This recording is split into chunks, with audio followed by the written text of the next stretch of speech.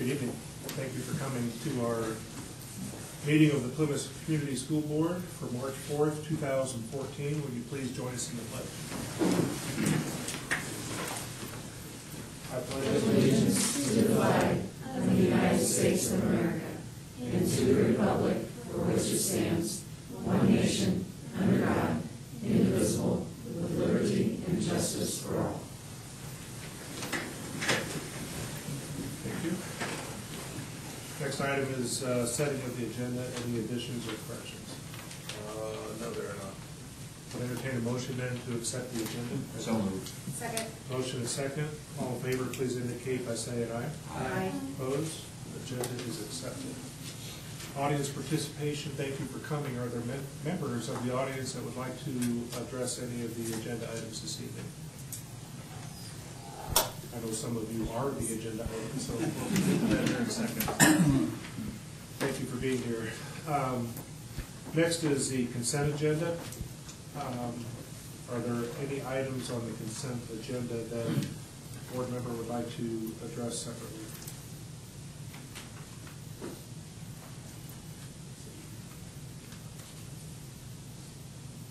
Hearing none, I will entertain a motion on the consent agenda. So moved. Second. Motion and second to accept. Any comments or discussion?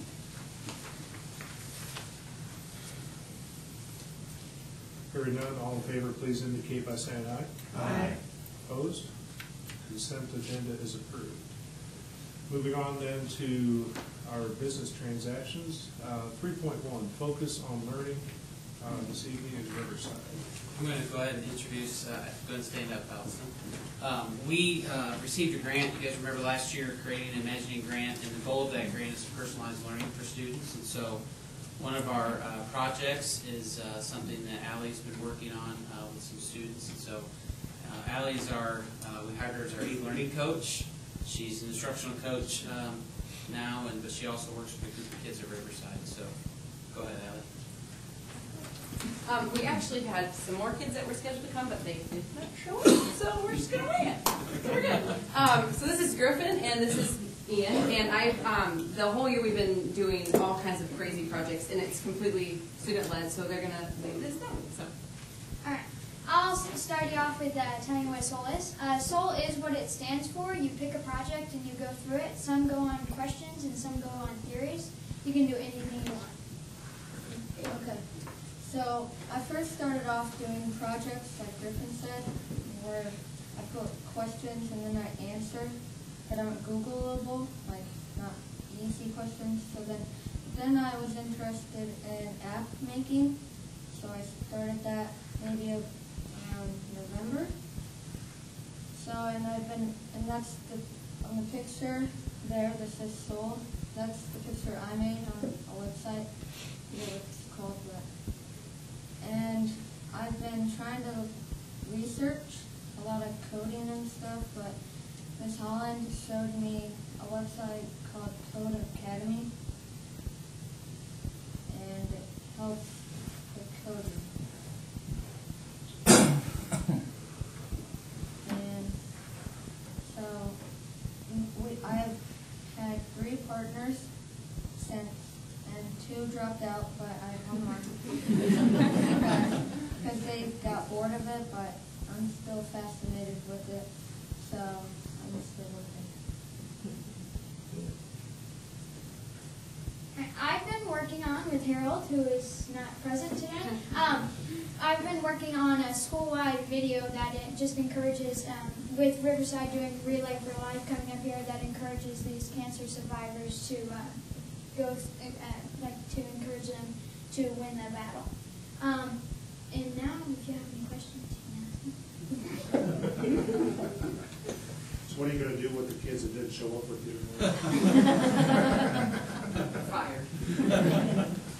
I will say, though, the kids that didn't come, we have 2 students who really like anime and creating that, so we were able to purchase a program for them, and they've actually created short animated films, and they're I don't have the program on mine, they have it on their computer, but they're actually holding auditions for the voices for their animation, so it's pretty cool.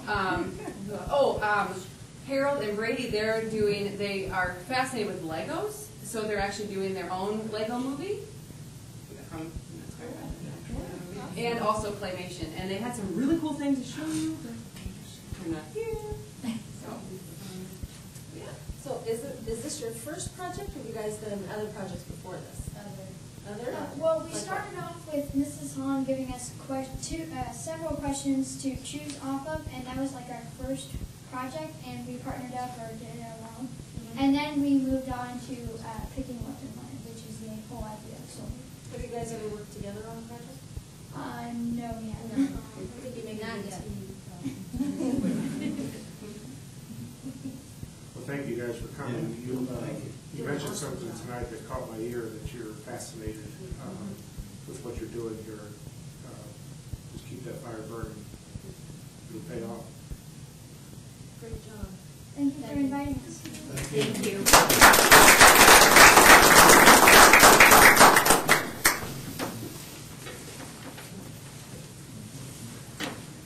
You're welcome to stay. I'm just kidding. We're gonna keep the fire burning. There you go. 3.2, consider snow makeup days. Yes, we have a fairly simple I plan. forgot my iPad, so we're sharing. It's my phone. As far as making up snow makeup days, I've got to find it here. We have separate plans, one for K through 8 and one for 9 through 12. The state has given us some options to help us make up, since there were so many days that schools missed this year, and we have taken advantage of a couple of those options. In grades K through 8, we have to make up 5 days. We've made up several already, and the state gave us some waiver days, and we did miss a makeup day. And when you miss a makeup day, you don't have to make that one up. So think about it. Go ahead.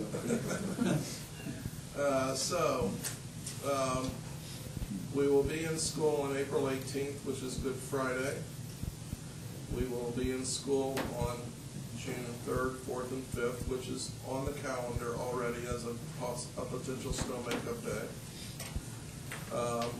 And then, to get us our 5th day in K through 8, we are going to take advantage of the additional time that the state has given us.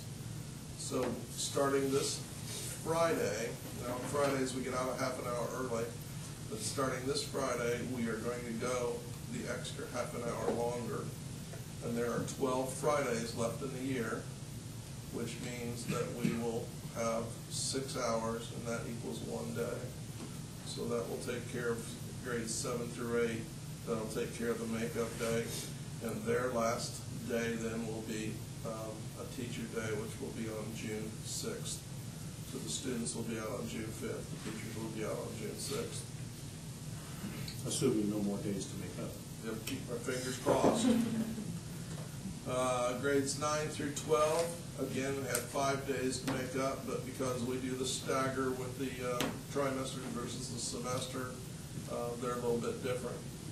Once again, we're going to make up a virtual, or we're going to do a virtual day on Saturday, April the 12th, for 1 day, and the state gives us the opportunity to do that.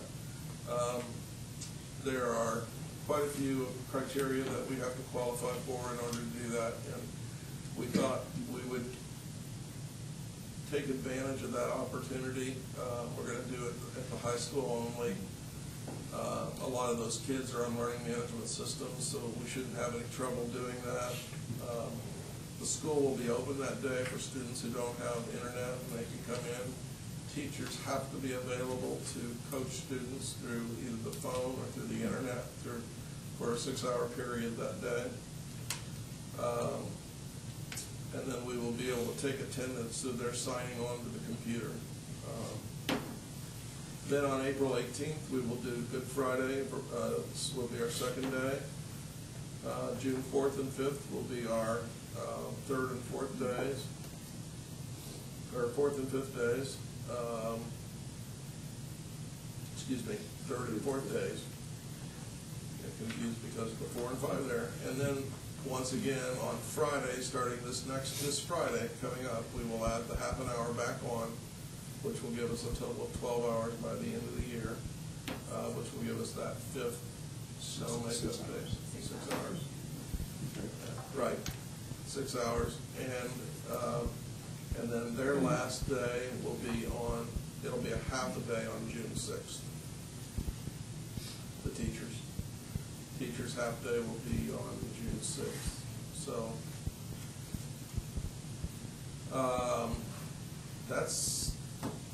we've worked it out, we've checked it, we've double checked it, we have all the papers filled out. All we need to do is have an affirmative vote from the board, and we'll be able to send this in and get it approved by the state. That would be my recommendation. I'm open for any questions.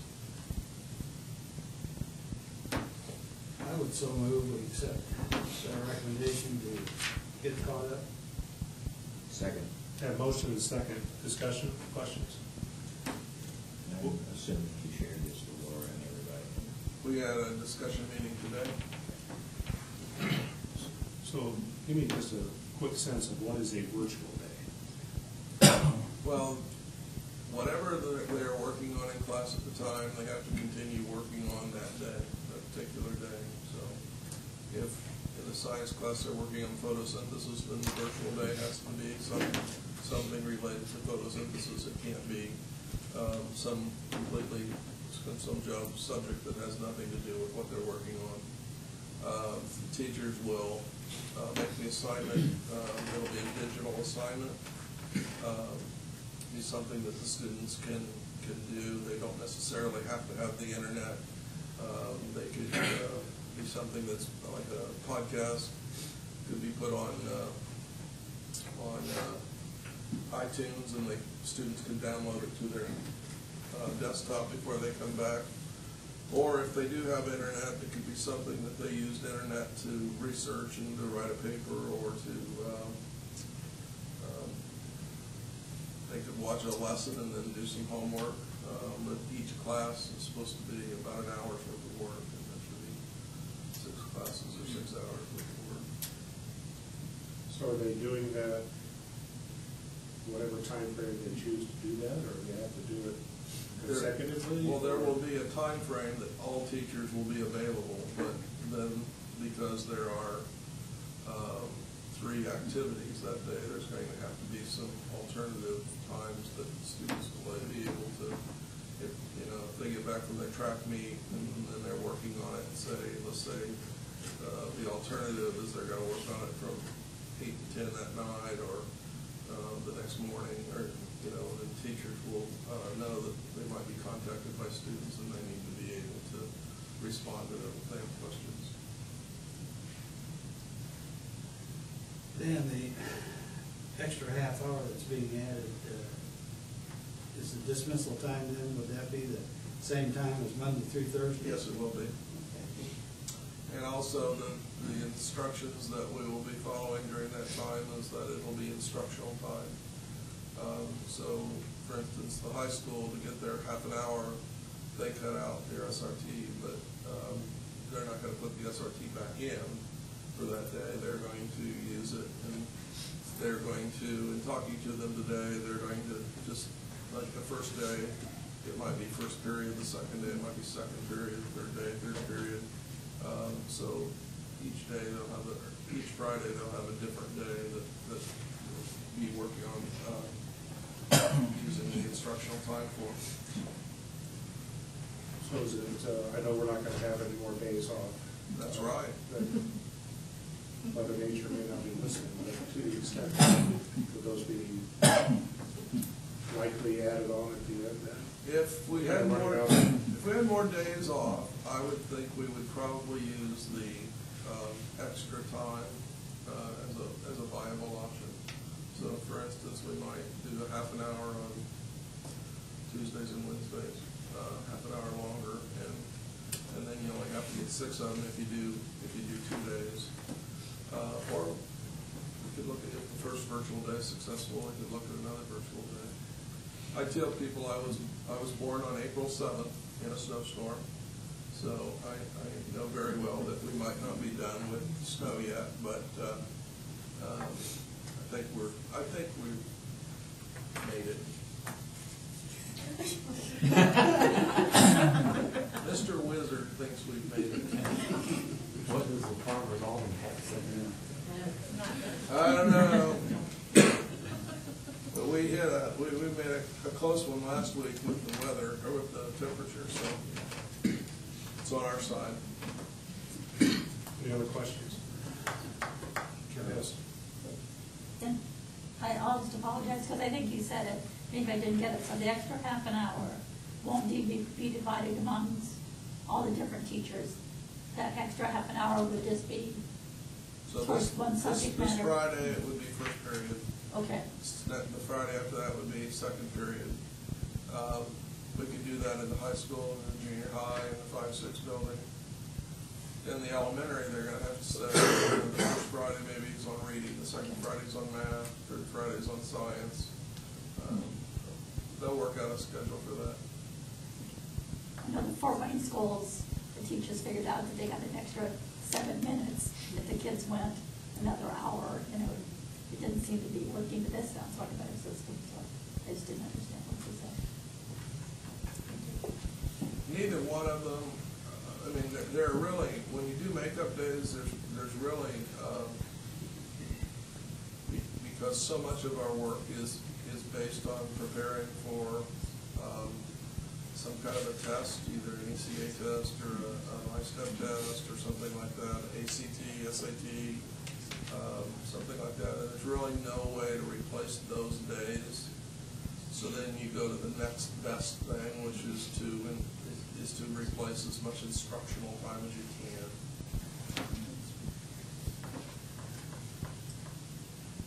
Any other questions? We have motion and second. All in favor, please indicate by saying aye. Aye. Opposed? Motion approved.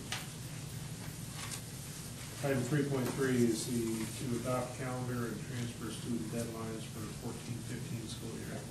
Yeah, the two things that we have to do here. One is that we have to adopt a calendar, and we've given you the calendars.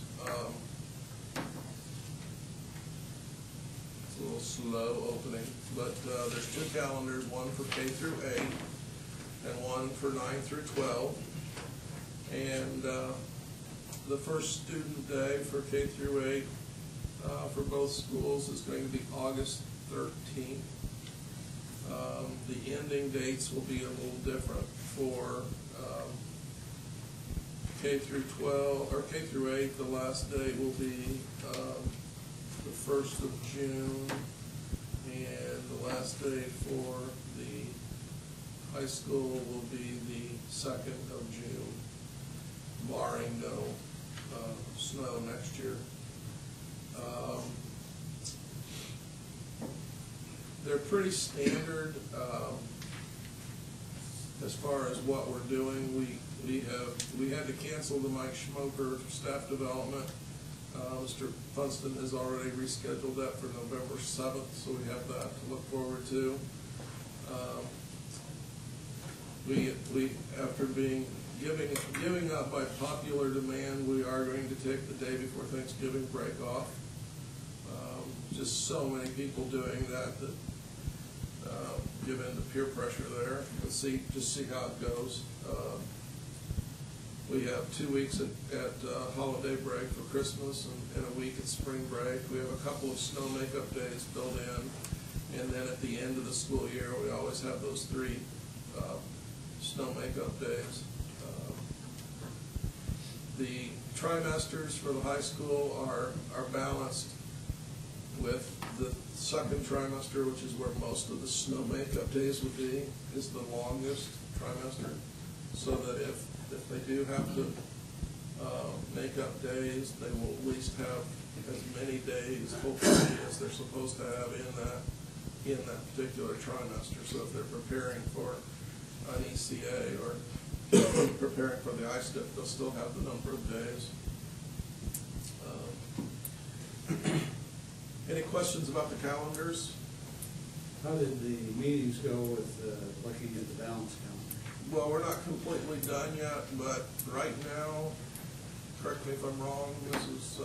Reese, about 85% of the teachers are in favor of it, and about 75% of the community are in favor of it. So, Possibly looking at for the year after. yeah, it's been very, very successful. They're very popular. Then also along with when we create our calendar, then the other thing that we have to do is that we have to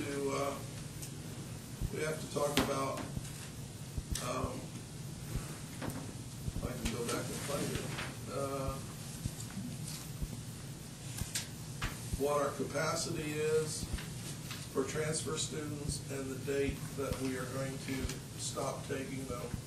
So the date that we will stop taking transfers next school year will be June 2nd, 2015, which basically means we're going to take transfers throughout the year. Our capacity, we've set our capacity and 325 students, and we actually reached a capacity this year at Lincoln Junior High. When we set those capacities, we didn't think we would reach that. We actually reached it before school started, so I guess that's a good thing that we reached capacity. So those are the two things that we have to do, and we just build it into one motion calendar and our setting our capacity for transfer students. I would so move that we adopt a calendar for 2014-15 and also the student deadlines. Second. A motion is second. Any other questions or discussion?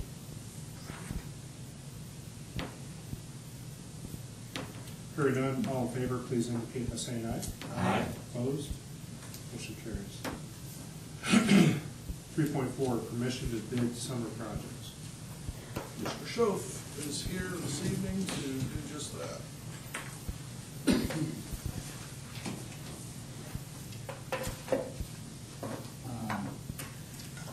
Good evening. I'd just like to take this opportunity to submit our proposed list of summer projects for the Plymouth Community School Corporation. I will briefly describe some of the projects and answer any questions that you may have. Starting at Jefferson Elementary, we're going to be taking on some parking lot repairs. It's going to consist of crack filling, milling some potholes out, restriping the lot, and we're adding an ADA wheelchair ramp to the front of the building to improve access. And then we're looking at some carpet replacement. That is rooms B126 and 129. It's just 2 rooms south of the Media Center that we want to get done. Again, Washington, those parking lot projects will be consistent throughout. We tried to lump those together to get a competitive advantage pricing in buildings that have those needs. At Washington, we are going to be looking at some roof repairs to sections 1 and 1A. Not significant at this time, just some maintenance we need to do on that to keep that asset up. Washington, this is the first phase of a window replacement that we're going to be doing. It's 4 classrooms in the west end of the building. Webster, air conditioning units, that's going to be 4 classrooms, 202, 204, 6, and 8 on the east side of the building. Those air conditioning units are about 23 years old now, and we're starting a continuing project there of getting a replacement done on those. Webster will be a little bit different in the scope of work for roof repairs with the shingle roof that building has. We have some repairs that need to be done to the gutter trough and the mansard roof where the classrooms and the gym meet. In those areas, there's going to be repairs. Riverside, some sidewalk replacement at the front of the building at door number 1. Junior high, we have an air conditioning unit that's going to need upgrade. That services 4 classrooms. It's a multi-zone unit. Administration, this is where we're going to do a complete tear-off standing metal seam roof system. I want to go out and get numbers for that because it's been really good for us at Riverside. We haven't had to put that investment into that building over time, and we have that opportunity to do so here with the metal roof, so that's something we want to go out and get quotes on compared to shingling it again. The next slide, the high school. The large item there is improvements to the ag shop. That is going to consist of revamping the exhaust and ventilation system for welding and painting projects. We're adding some sinks, some eye wash stations that we need, eye wash station, some storage, and lighting improvements. It would be somewhat similar to what we did at the CNC shop over at the service center. We have visitor management. We're going to have to tie in some air conditioning into our lobby area at door number 1 at the high school, and some work there we have to do. The total is $481,000 projected for this work. We have retained a 9% reserve of our CPF for contingencies and things like that. And in 2012, we were at $515,556. 2013, $459,656. So this number is pretty consistent in line to what we've done in the last few years. And I'd be glad to answer any questions that you may have regarding the list of projects. Do you anticipate gaining any energy efficiency in the air conditioner units that you're replacing? Yeah, we're looking at some 9-SEER units. We'll gain some pretty good improvements on that. And a multi-zone unit, it's really taxed trying to keep up with those rooms. All the units are on the rooftop of the building, and air conditioning is added after the fact. So it's not the best design in the world. Like the high school has chilled water, and this one has rooftop EX cooling. So it's all retrofit work. So, but we will gain a little bit of efficiency on that.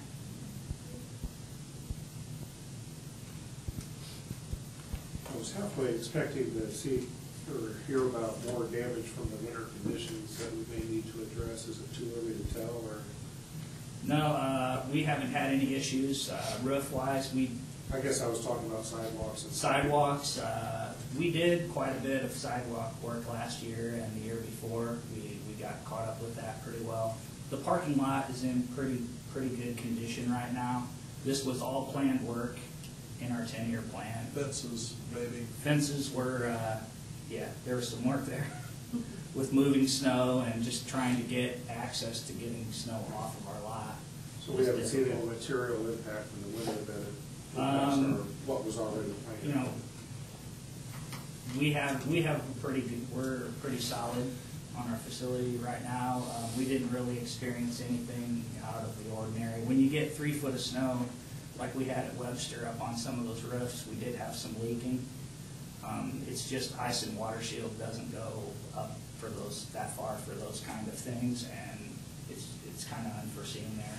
We had some issues in the ag shop at the high school when it got really cold that one time. Yeah, we did have a pipe that froze in the ag shop.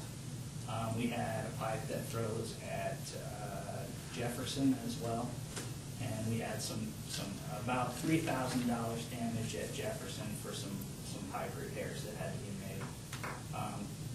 There's 5 additions on that small building, so some of the water circulation is not maybe the way you would design it today. So we ran into a little problem there, but you know it wasn't huge, I guess, at this point. So.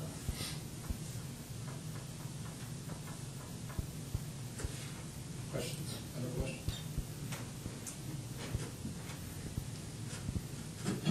You've heard the recommendation. Is there a motion regarding summer projects? So moved. Second. A motion is second to approve and provide permission to bid summer projects. Is that terminology a little strong, perhaps? We're not bidding all of this. You're going to get quotes. It's all quote. It's not up in that framework where we have to advertise and bid. Correct. So permission to receive quotes for summer projects? Yes. I have motion and second. All in favor, please indicate by saying aye. Aye. Opposed? Mr. Sanderson, while Dave's here, just, him and his crew, just being professional. Him and his crew, I mean, we're all sleeping at 2 a.m. and well, I might be up, getting a cookie or something, but they're out shoveling, they're out blowing snow, they're out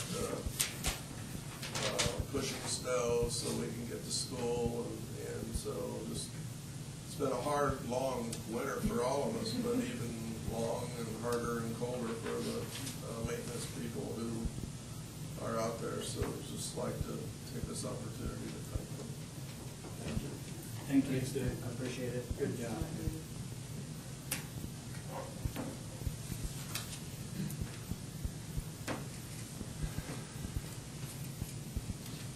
Item 3.5, permission to hire. You have no recommendations at this time? Item 3.6, new and revised policies and guidelines, first reading. So we're not taking any action, it's just an introduction to these policies here, and you can review any you have questions about it, otherwise at the next board meeting. Feel free to approve. If you have any questions in between now and then, feel free to call myself or Dan or Sandy. They're all pertain to new rules, mainly with legislation and new interpretations of that legislation. So. Any initial questions at this time? Thanks, Steve. Item 3.7, consider adult ed grant. Yes. This evening, Deb Sherwood will be presenting, and I have to say that adult ed has taken a rather large transformation in the last several years, and it seems to be more difficult, and Deb has worked very hard to make that transition a lot easier for those of us not dealing with it. She's dealt with all of it. So I want to thank Deb and introduce her for this. What I asked you to have the board look at was our assurance paper for our grant coming up. And it seemed kind of funny, I'm handing you a paper to sign without the grant. Well, unfortunately, it won't be ready until the 20th. I have to, send in all the paperwork. And I did write a short explanation, kind of a brief summary, and I didn't bring it with me, but I do remember some of it. Not the amounts, but, we're still considerably, do have the funding to move forward. We're beyond adult education classes. We're working with, DWD with the Working Indiana trainings, especially the CNC partnership we have. Right now we have 4 past GED students that are partaking in that training. The whole idea is to get the education, move on to better employment. We have some of our GED students are currently with us, and also past ones are doing CNA training in Ancilla, so we just really expanded and so forth. I wish I brought my paper with me. So keep on growing, and our grant is definitely based on performance. We do receive a certain amount of money, but we have to more or less show them we're earning it. And I think I stated in that one paper that we're region-based. And Plymouth being the smallest, we have the highest percentage of GED graduates in the past 18 months. And with level gains, we've really, I think we've gone pretty well with our program, past 18 months especially. For an example, last year we had 57 graduates, and in 6 months from July to December, with the change of the test, we had 46 complete, and that's quite a record for our program. And the test has changed, gone from GED. The state has adapted the TAKS test. It's on test, assessment, secondary credit. And it's, but the key word is rigor. It is a little bit more different. It is aligned with Common Core, and also with career and that career pathway, career readiness. And so I'd ask the board to go ahead and sign the assurance paper, and so we can move on forward with our RFA and continue on in our program. What amount have you gotten in previous years on your grant? The most we ever received was last year. We did receive, because we're region-based, our region did very well. And it's based on a formula that is based on unemployment, you know, especially with Elkhart County, you know, with the RD. And this year, between the adult ed grant, we also applied for ESL grant, and I think we're close to $194,000, I believe. And that also includes extra funding for professional development. Yeah, 'cause I think we started years ago, maybe what, like 38,000? 38,000. Yes. And, you know, this is our second year receiving state funded only, which is kind of nice too, makes it a lot easier with the budget. Yes, it And I is. have to credit because we were able to get that because the state really liked how we were able to submit our invoices. We did it on a timely manner, you know, compared to some other places, and that's why they awarded all of us the state funds for that amount. So, you know, credit to the business office for, you know, helping us get the invoices done and receive our funds. So Deb, you're asking tonight for us, for the board to sign the assurances for this grant, not the grant. Well, I don't have the grant to present yet. I mean, it's the assurance that the grant would be accepted, you know, that the school will continue on with the funding, you know.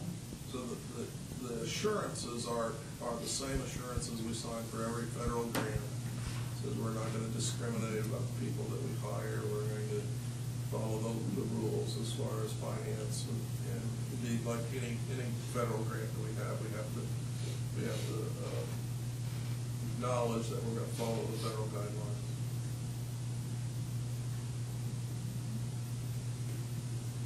I would so move. I'll second that. We have a motion and second to, we're going to execute the assurances for the grant application. Is that correct? Yeah. Discussion? All in favor, please indicate by saying aye. Aye. Opposed? Thank you. And I did want to tell, kind of spread the news, we just found out that we're going to become a test site. We've been asking for this over 3 years, and I received the email yesterday, so I'm going to start that procedure of training, you know, securing the best, you know, test location, and so we're really excited. So we will have people come here in Plymouth take the test, you know, so we're really excited about that. So I share that. Thanks, Dan. Item 3.8, consider school breakfast and lunch prices. Yes, we have Gloria Berna, and who's our Director of Food Service, and Kaylin Harold is our registered dietitian. And speaking of changes, Mrs. Obama keeps coming up with more and more all the time, and poor Gloria is pulling her hair out sometimes, so they'll address it. Usually I start my presentation with comparing meal counts from the previous year. But with the 16 breakfasts that we haven't had this year and the 10 lunches, that was just kind of hard to do, so we'll just kind of let that go this year. But we are feeding kids every day, and that's what we're here for. The most reason that I was here is we will not be raising prices this year. I just did the calculation today that the state sent me, and we are secure with that pricing right. So That's good news. yes, we've had a very busy last couple of years with the new requirements that we've had. We're working through it, and because of that, we have taken on Kaylin, who is a registered dietitian. She was hired with the NIESC last year, and this January we have contracted her to help with different items. So I'll let her answer any questions you might have. Just to give you some background, I graduated from Purdue in 2011 with a degree in dietetics. And after that, I had to do clinical internship experience, and I did that at IUPUI. And then I started with the service center last fall. So this is my second year in this position. Before that, I was a Caston High School graduate, so I'm local. I'm familiar with the area. A lot of what I do, I have 17 school corporations, so it's personalized a lot to each school corporation. When I started, it was a new job, it was new requirements, and I was a new dietitian. So we just I've been personalizing it as I go. A lot of different things. I help Gloria go over it through her menus, make sure we're meeting the requirements as set out by the USDA for lunch and breakfast. Another big thing is next year, the all food sold in schools will affect all of the a la carte sales, as well as any food that is sold in the school during the school day. So any fundraisers or anything that goes on during the school day will have to meet certain requirements. So that's kind of a big thing that we're looking at this year. And then next year, requirements will again slightly change as we're progressing through this. Anybody have any specific questions for me? Or? How are the kids reacting to the new menu requirements? I think the kids are okay with the menu. We have had some questions from adults. We use a cycle menu, which this year is a 4-week cycle menu. It works very well for us in the kitchens and with our inventories and things like that and with ordering.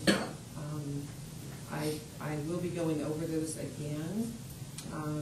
Could possibly go to a 3-week menu cycle next year, but still have a few alterations every now and then, especially with holidays and things like that. I think that's all worked out pretty well. Of course, this next year, we do with breakfast, something new that we will have to add is another ½ cup of fruit for breakfast, which means we'll just put out fruit, and that's a great thing. And then all of our bread items have to be whole grain. Right now, we are almost at 90% on what we serve right now, so that's not a big transition for us. So I think it's remarkable that you don't have to raise your prices considering the new guidelines that have to be implemented. right, yeah, we came out right on track with that, so it's great.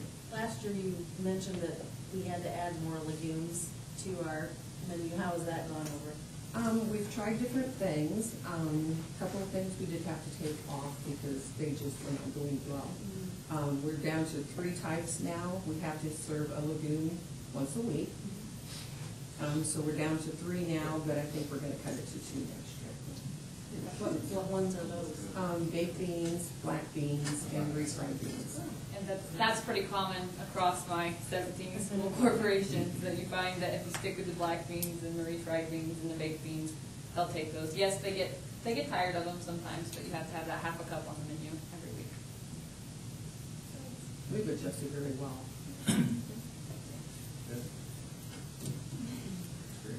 So since we're not changing prices, we have nothing to do, or do we need to affirm that?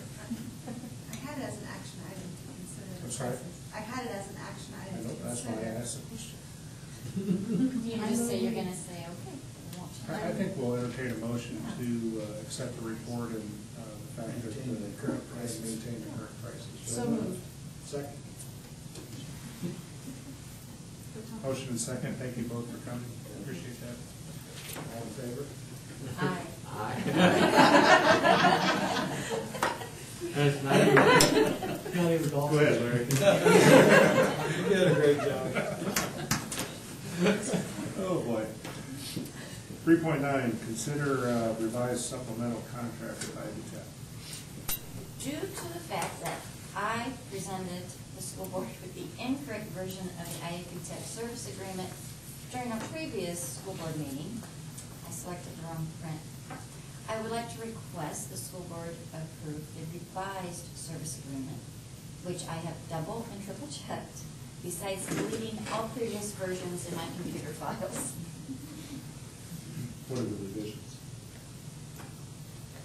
Mr. Rudy can address that. It was something. It had to do with how the school corporation reimburses Ivy Tech for the initial period.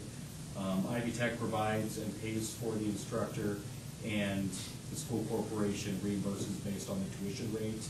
And beginning with the 2015-2016 school year, the corporation will provide the instructor and no longer pay Ivy Tech that fee. And Candy shouldn't take all the blame. There was some miscommunication on how that should be structured. So the version that she had wouldn't have been correct anyhow. It's been revised since then. So the one you have now clarifies that, and it's already been approved by Ivy Tech as well. Sometimes my mistakes end up making it better. Okay. I said sometimes. Specifically, Todd, if you wanted to look at it, it's paragraphs 1 and 2 were altered slightly. I think we need a motion. So moved. Second. Motion and second. Any other questions? I think that's how I understood it originally. And it was not, it was a miscommunication between myself and Jerry Hollenbaugh. The way I had drafted it originally didn't spell that out completely.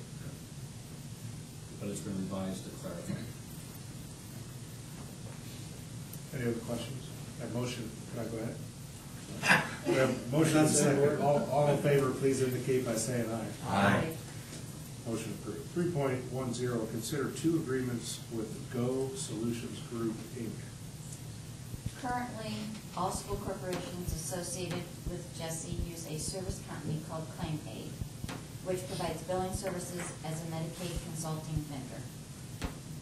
Jesse has requested all schools cancel the ClaimAid services and begin using GSGI, which is Go Solutions. GSGI comes highly recommended from other participating Indiana school districts and cooperatives, which we have contacted.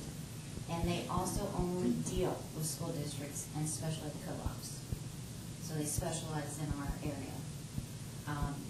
And since the contract involves HIPAA-related information, there is also what is a standard business associate agreement, thus the 2 agreements. And Jeff Leon has reviewed both agreements and gives us thumbs up, so we would like to ask the school board to approve both of the agreements. Is there a motion? So moved. Second. Motion and second. Any questions or discussion? Is there a cost factor here for us? There is, but it's a less cost factor than we are currently paying to ClaimAid. But there's also, besides the cost, you get reimbursements. And our reimbursements with this company are potentially a lot more than what we're currently receiving. The old company wasn't being very responsive. They weren't answering questions. They weren't answering telephone calls. And basically, we weren't getting much of a reimbursement. The success rate of reimbursements with this new company, with schools in the area, is very positive. And their ability to answer questions and be available when needed is also very positive. Okay. We have motion and second. All in favor, please indicate by saying aye. Aye. Opposed? Thank you, Candy. 3.11, legislative update. Dave, do you want to start out, or do you have, not only did I forget my iPad, but also my legislative update information? Well, I don't have specific bills. Right. I know that probably one of the biggest bills that came across my computer the last 48 hours was the bill to allow guns to be in locked cars on school campuses. I don't have an update on that, whether it's passed or whether it's stalled out or where it is, but that is a concern. We appreciate the right for people to own guns, but we don't appreciate the right for them to bring them onto school campuses. So, we have been steadfast in our lobbying to keep guns off the school campus. That's number one. You want me to keep going? Sure. Let's see. Second one is there's a resolution for increased aid to the internet services for schools and libraries across Indiana.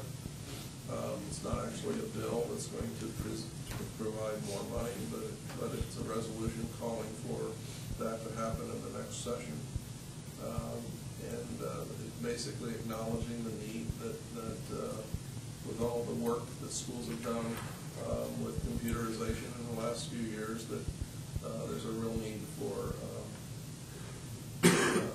faster and more density in schools for internet, and so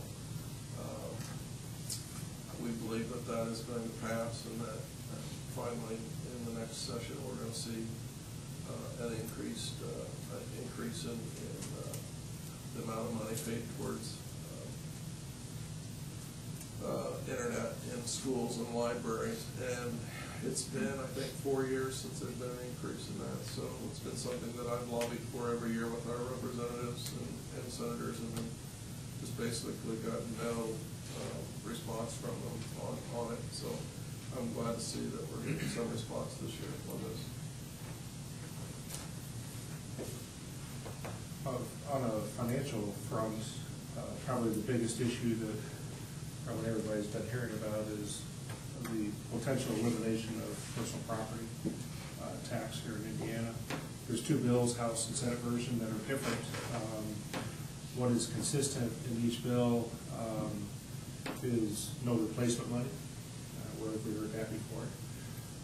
So I know that the School Board Association, cities and towns, counties have all, in a somewhat unprecedented manner, hooked forces. This is a bill or a notion that nobody likes at the local level, not the elimination of personal property tax. So there's arguments on what that does for economic development, et cetera, but the fact that there's no replacement money.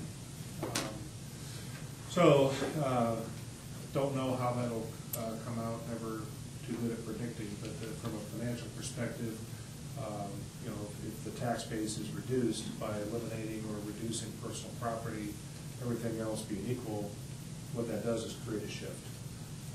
The dollars have to come from somewhere, so that this time that will be a shift from those who have personal property, which is primarily business, industry, to us as individuals, potentially.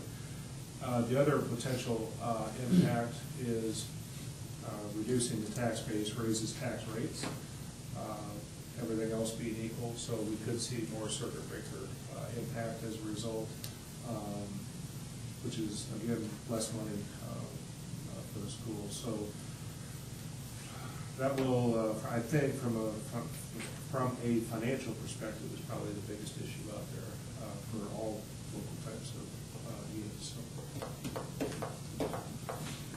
So if you talk to your representatives, the slogan is, what is the slogan? Probably there's a slogan: replace, don't eliminate. Yes. So keep that in mind. Section 4, superintendent remarks. Mr. Tyree. Yes.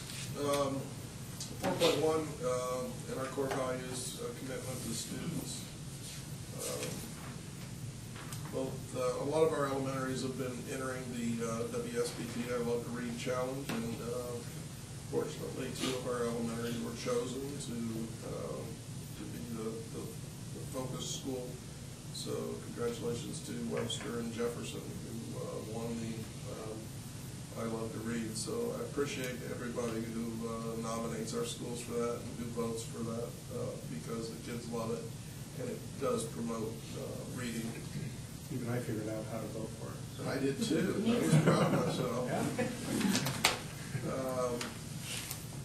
Caring, Winder School of Inquiry had their second biannual art auction. They raised $797 for cancer.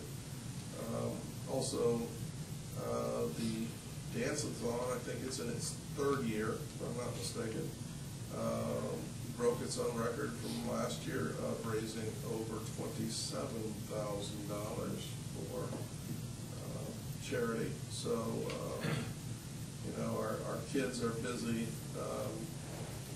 doing things for other kids and for other people. 4.3, high expectations. Kudos goes out to the successful band and orchestra students at State Solo Ensemble Contest. There were quite a number of them. If you look on the website on our blog, you will see the names of the students who took gold and silver at the state competition. Also, 2 of our robotics teams qualified for the Robotics International competition. Kennedy Schneiders and Josh Coons placed first for the 2nd year in a row, and what I understand in a late and breaking news story today is they are the first team to ever win 2 years in a row. And I believe they're only juniors, so we could see a 3-peat. But they were challenged stiffly, not only by the other competition, but by Plymouth's other teams at the state tournament. And we had another team that qualified for the international robotics tournament, and that is Zach Hutchings, Jeremy Scheidler, Kevin Bachman, Emily Merritt, and Spencer Uhaley. And so congratulations to the robotics program and all of those people who helped sponsor the robotics team this year, getting it up and going. There's a financial cost to that, and we had people who were instrumental in helping us get that going. On that, I don't know if you all, what game was it? They were out in The last game. was it the last home game? Yeah. Wallacey. Good idea. Whoever came up with that. I saw all kinds of little kids out there just Catching the ball. Huh? That was a fun day. The issue was not whether to do it or not, is whether to do it where people could see it, because they have so many kids involved in it at the school already, they didn't know if they could handle it anymore. And by promoting it at the ball game, they're afraid that they may have so many doing it next year, it could be Menominee Robotics School next year, so it's really, good problem to have. it really has taken on a fantastic number of kids. This isn't part of my report, but I just have to share with you. I was talking to Rich, and the kids that have been going through 4 years of Project Lead the Way and have been working with robotics. There are 8 seniors, and all 8 of them have been enrolled in engineering schools for next year. And that was one of the things that we were trying to do, is get engineering back to the forefront, but not just an engineering school, but any kind of an occupation that requires the thinking of an engineer. Just feel really positive about that. Let's see, 4.4 Team Player. The FFA Toy Show, even though we had a little confusion there in midweek, and I'm sorry to throw that out at you. Let's see, am I on the right one? Yes. Yes. Okay, here we go. It did go on, and I got a couple of emails from people who were at it who just said it's one of the greatest things that they see. There's people from 6 states, at least 6 states, that come to this. It's just Plymouth has become a landmark for this toy show, and people travel. So really pleased for Jacob Riley in his first year of that could go on and didn't get snowed out or anything like that. Integrity, 4.5.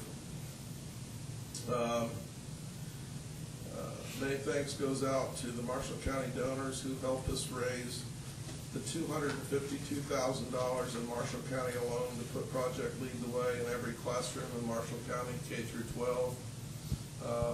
They said, I had many people tell me we wouldn't be able to raise $252,000 in a month and a half, especially over Christmas. When Christmas was a part of that time, that it wasn't going to happen. And we not only raised $252,000, I think we were over $300,000. So Linda Yoder was very instrumental in that, and the community has all pitched in, and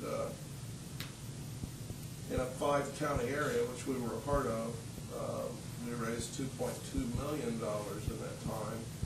And so with the matching grant, that means that $4.4 million is going to come into local schools in the next 5 years, putting one of the top STEM curricula in.